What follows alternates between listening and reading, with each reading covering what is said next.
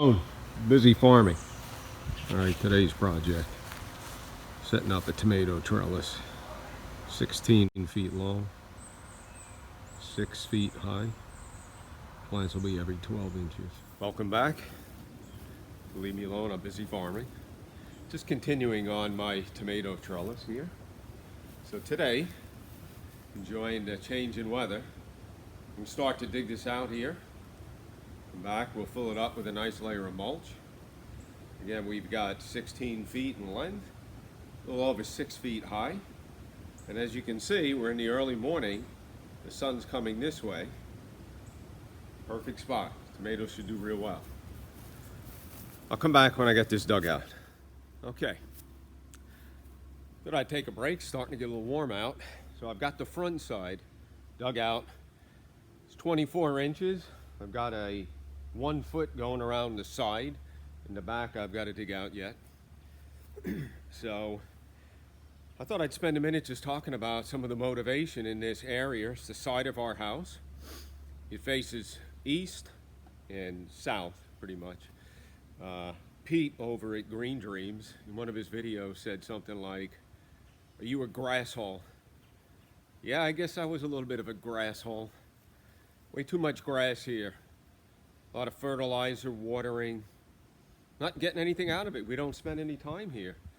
So I'm trying to utilize areas of our yard, get rid of the grass. I want to keep the soil, because it's a really nice soil. Yes, some are going to comment that there's some fertilizer there. That'll dissipate over time, and we'll convert it more organic. But part of my thought going forward is, I don't need this much grass. It's not doing anything. We don't see it, so we're not appreciating the beauty of it. Why not grow some food? So that's kind of where we're at, my mind on what I'm developing over here, my food forest. Lot more vegetables, and I'll never not have my greenhouse. There's a lot of stuff going on in there. And then we have the food forest back there.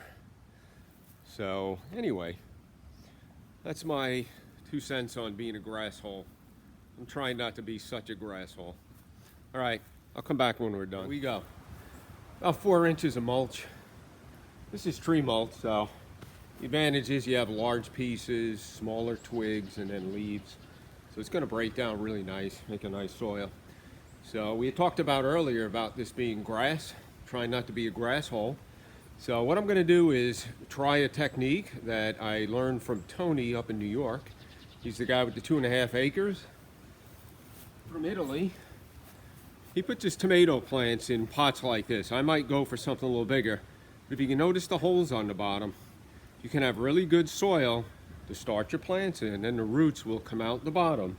And I'll sink these down about halfway. And that's how I think I'm going to start initially with this. So let's take a look back here. A little bit better idea. Get out of the, and you can see that's the general design. So anyway, that wraps up the tomato trellis. I hope you all find this helpful. I don't profess to be an expert, but I've been growing a little over 5 years, since after surviving cancer. Just trying to share some of what we're learning and what we've learned, what's working, what hasn't. So I hope you all find this helpful. And I'd love to encourage all of you to grow something if you don't have space like this or the time. I recently retired early because I wanted a healthier lifestyle. But if you're not in that position in life, start out just in a container, grow herbs, rosemary plants. I'm going to be propagating some rosemary a little bit later today. I'll do a video on that, but and every time you go to the supermarket and you pick up your herbs, they're $4 or $5 for the herbs. Think of what you can save. And I must say, growing certainly teaches you patience and a much greater appreciation from food, where it comes from, what it takes to grow it.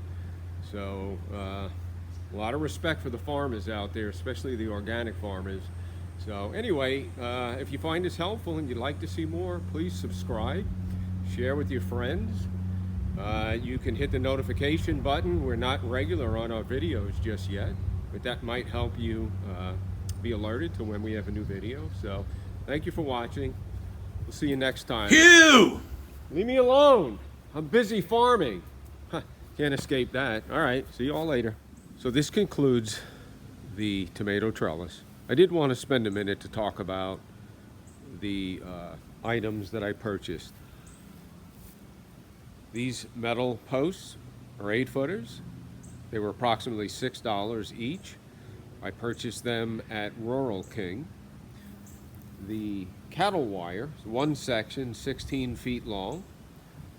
I purchased that at Tractor Supply for approximately $20. So for under $50, I have a tomato trellis that will last a lifetime. The 8-foot posts are approximately 2 feet in the ground. And I did come off the ground a little bit with the cattle wire to give me a little bit extra height up at the top, as my tomato plants tend to go at least 6 feet, sometimes 8 or more. So anyway, I hope you all find this video helpful. It's a cheap way, about $50 or a little bit less, to create a tomato trellis. So we'll see you all in the next video. Thank you for watching.